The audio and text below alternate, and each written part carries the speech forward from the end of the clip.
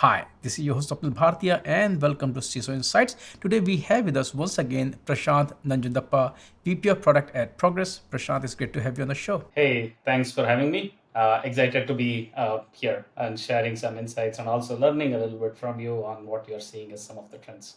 It's going to be an interesting discussion, especially because we are also going to talk about the updates, because we are going to talk about the updated incident response guidelines by SEC. So, first of all, just give us a summary of what has changed there. So just as a baseline, for any publicly listed company, they have certain responsibilities that they have to meet from SEC perspective, and that was generally people are aware of financial related activities, but with the change in ecosystem where more and more attacks are happening, and the threat vector is increasing, SEC has also broadened the reporting aspects not just for financial or operational efficiency, but also around cybersecurity and this was there, but it has gotten strengthened. It has been defined to be a lot more elaborate. There are some expectations around the details that public listed organizations have to report or put some controls in place. And that is what has changed in the past. We can, if you're interested, we can get into some of the details, but this is a general overview.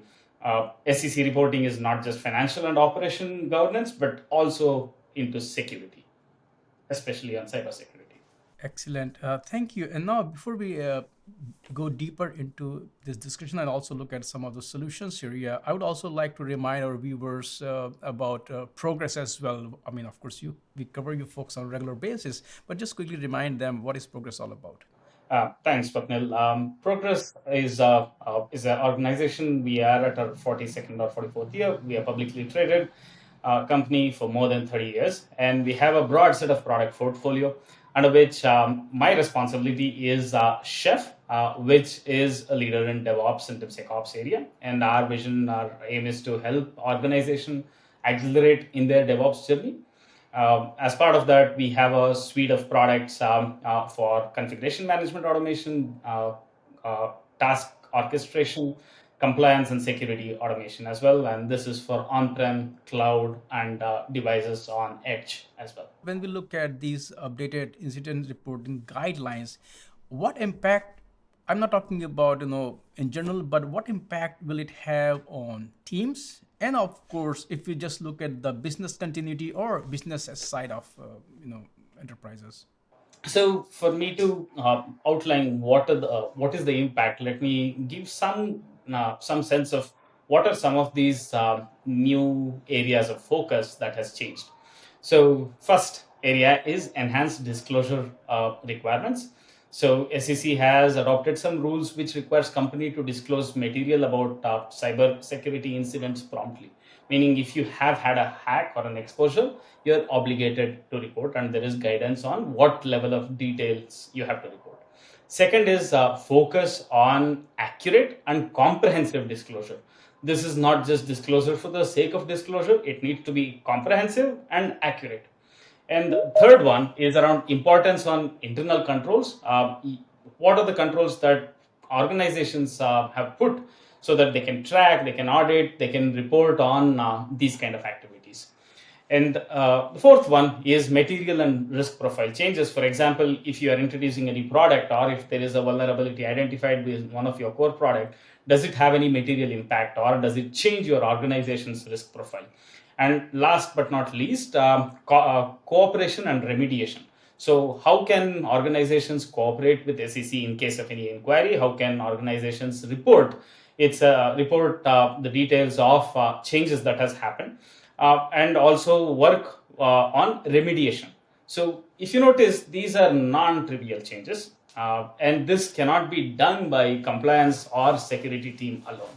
So this puts, then this is where I'll come back to your question on what is the impact on teams.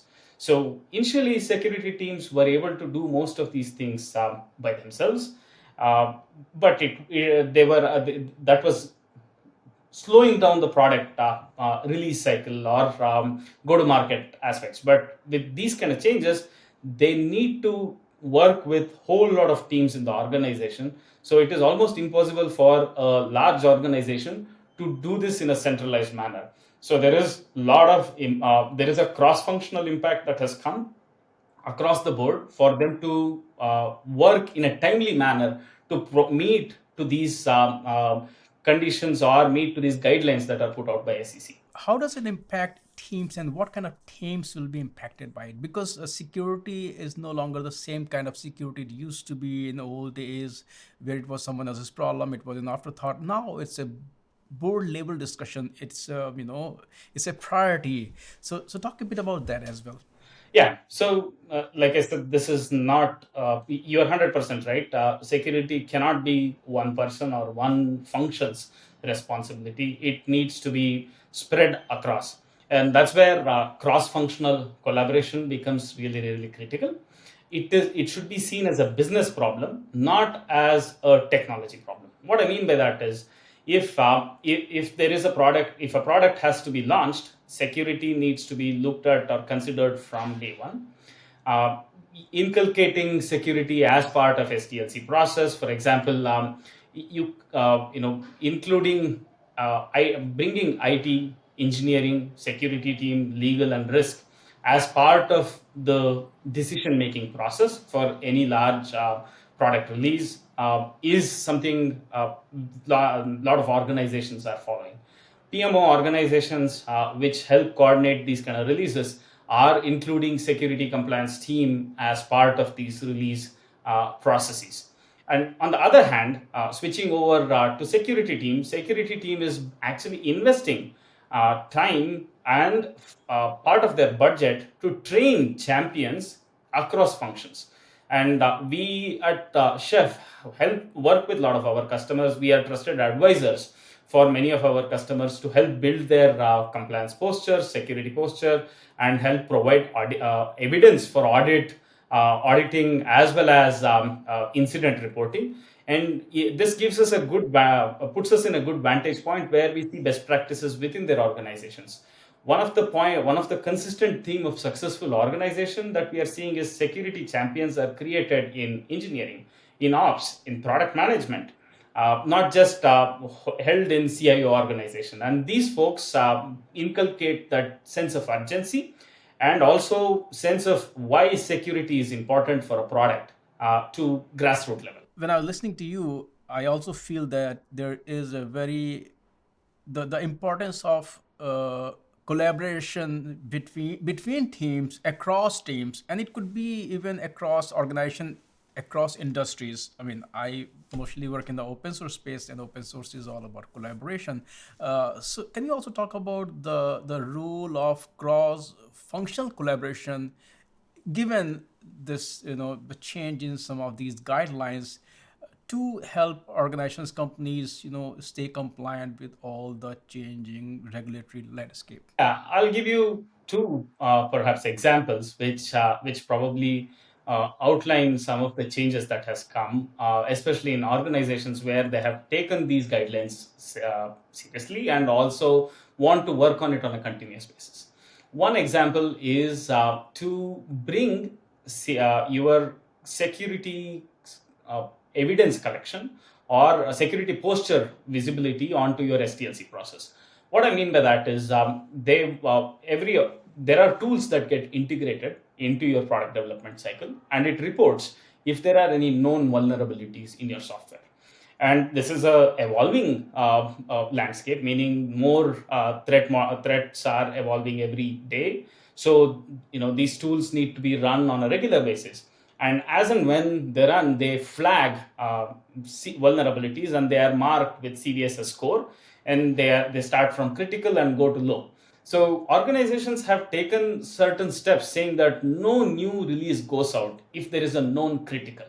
And some organizations have taken it to next level of maturity, saying no critical or high, but also every release I will burn down, say, 5% of known security vulnerabilities within my software. And this is analogous to tech debt, which we used to have, which is a very familiar term. Now organizations have started looking at it as a security debt, where they first take visibility into what all security debt they have, and then start burning it down. Second is around modernizing legacy system. So previously, what I mean by that is if you are using legacy software or open source software or commercial softwares which are end of life, very likely there are vulnerabilities in it which cannot be fixed by, or which won't be fixed by vendor or the open source community. So, organizations are switching more and more to paid software versions where they can get paid support, for especially for security vulnerabilities. And second, they also have planned to move to latest version of software, which gives them better ability to respond to a threat. And previously this was being done primarily from functionality perspective, but now there is a change in direction where organizations do it from a security perspective also, and want to keep the software updated so that it can be supported and we can be more responsive. One more thing that is happening is that companies are becoming very, very cost sensitive. What does it mean for cost or budgeting, and how do folks like Progress help organization in maintain a balance between no compromises with security but also remain cost efficient? Yeah, that's a very interesting question, and it is always, it depends, but we have seen two rules or two practices, two prong practice that has given a lot of good result. One is making security not just security team's priority, but a business or an organization priority. Uh, we in Progress also take security very seriously, and there are a lot of policies that are put in place within Progress on how we should do our product releases, how we should do product updates, how we should announce, communicate any vulnerability. And we have seen this becoming more and more common across mature organizations. So first is not isolating security as a security team's problem, but bringing it into the mainstream and saying, hey, security is a business problem, and this needs to be educated and this needs to be percolated down the org structure. Second is investment in automation. So I think many there are two or three reasons why cost becomes factor. First is delay in product release or any release that delays the revenue that could be revenue that you can get as part of the release, and that revenue is different. Second, cost of fixing. So if a mistake is identified early on in the cycle, it might take a week, but if it is identified on production, it will take months or even weeks or months even. Right? And is uh, third is reputation cost.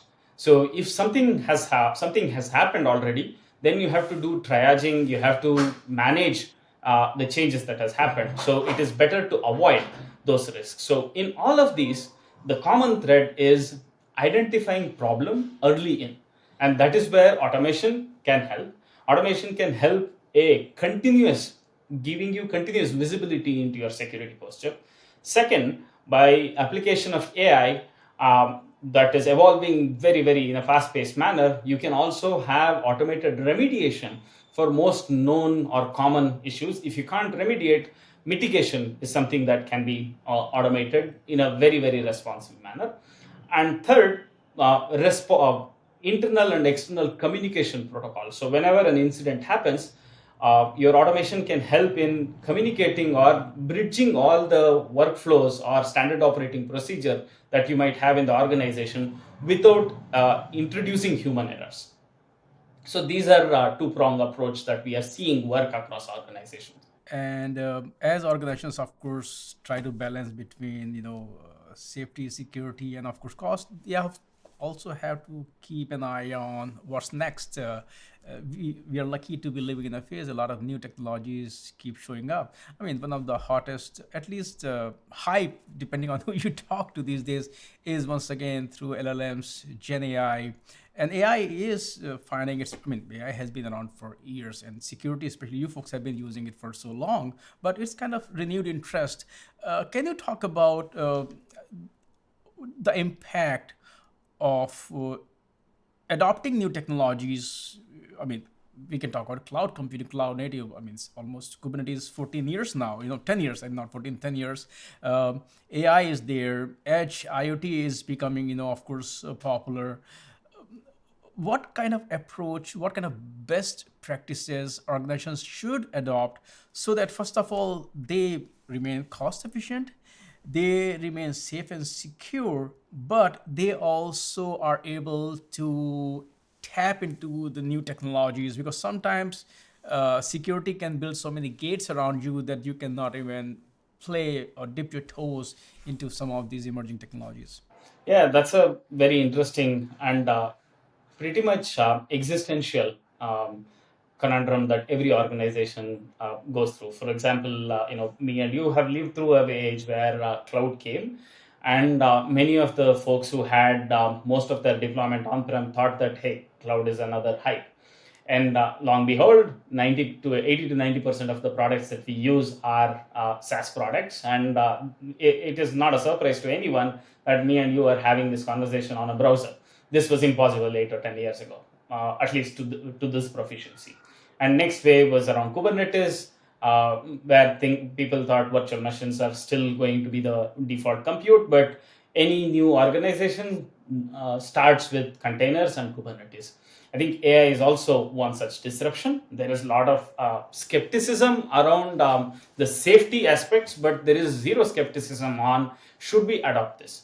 And I think the that is a technology, or that is the wave I think we should get on board wholeheartedly, but with keeping in mind that the data, especially knowing LLMs, how they evolve, they build or they become better by users like us contributing data in addition to the LLM models going and scraping data.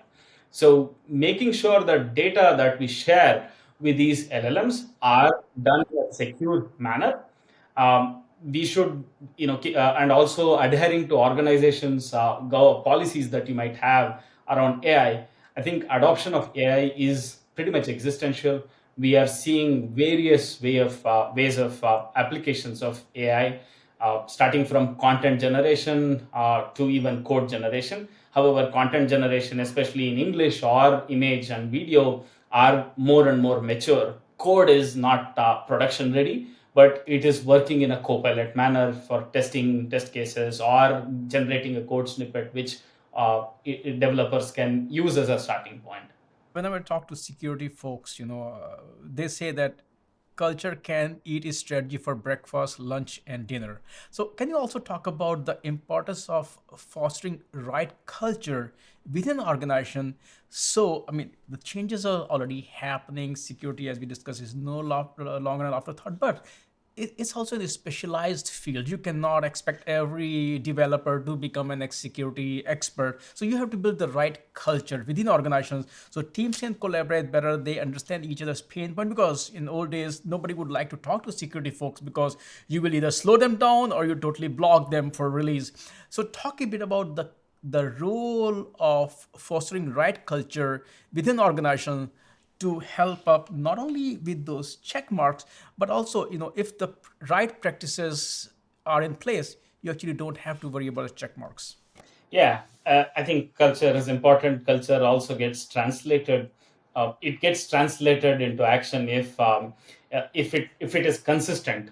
What we say and what we do, if they are consistent, then the culture gets reinforced. Couple of things that we have seen, a couple of uh, elements that we have seen work in organizations where security is not just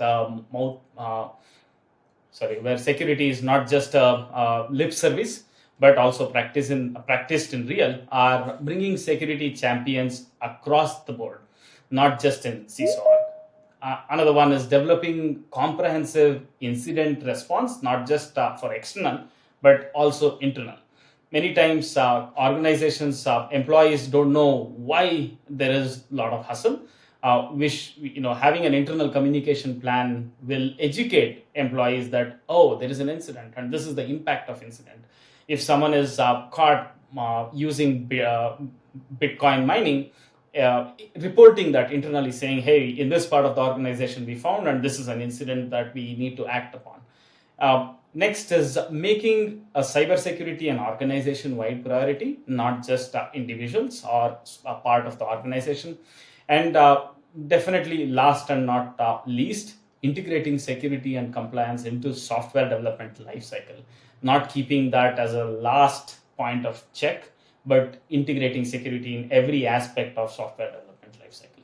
Now, before we wrap this up, I would also like to talk a bit about how companies should build a very effective, very concrete incident response plan.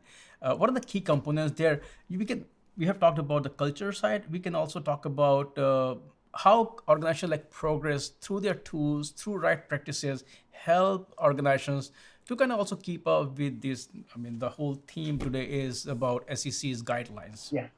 So, I mean, this might not come as a surprise coming from organization like Progress, especially the Progress Chef, because automation is that keyword, and there is only so many things that a small set of people can do.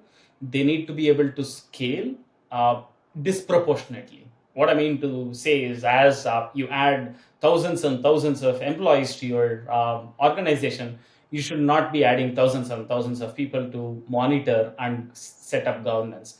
And that's where automation is key, and that will help in three dimensions. One is faster threat detection and response. There are a whole lot of tools that can be used for this as well. And second is streamlining routine tasks, automate whatever you can to an extent where it is reliable. And we have a whole lot of tools like Chef Courier, Chef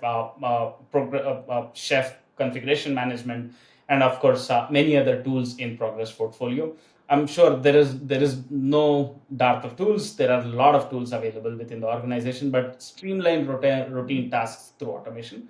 And third is a place where we see less investment, that is enhanced compliance monitoring.